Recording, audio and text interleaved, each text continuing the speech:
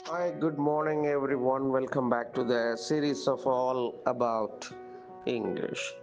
Disparate அப்படின்னு ஒரு வார்த்தை நேற்றைய தினம் நாம் பார்த்தோம். அதுக்கு மீனிங் டிஃபரண்ட் அப்படின்னு சொன்னோம்.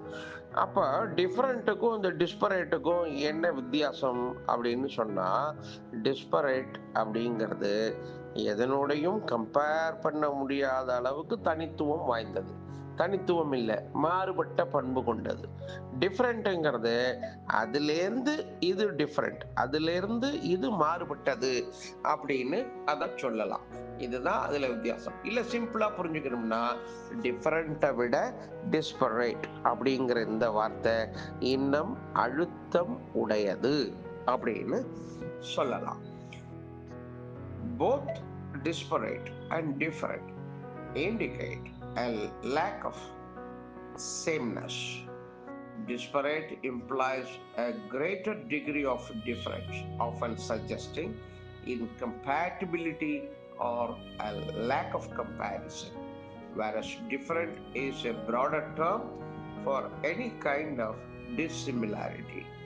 Different can imply a simple separateness, while disparate emphasizes a fundamental, often irreconcilable difference.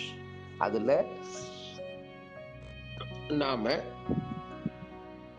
irreconcilable அப்படின்னா அதுல சமாதானமே கொள்ள முடியாது. நாம அதுல என்ன சொல்றது, அதுல ஒரு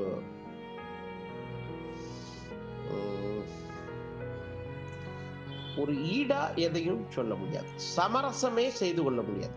இதுதான் சரியான வார்த்தை. சமரசமே கொள்ள முடியாத ஒரு மாறுபாடு இருக்கக்கூடியதை டிஸ்பரேட் என்றும், டிஃபரண்ட் என்பதை ஏதோடையாவது கூட ஒரு சமரசம் செய்து கொள்ளலாம். இதுதான் அதுக்குள்ள டிஃபரன்ஸ். இந்த எக்ஸாம்பிள் சென்டென்ஸ் நேற்றைய தினமே நாம் கொடுத்து விட்டோம்.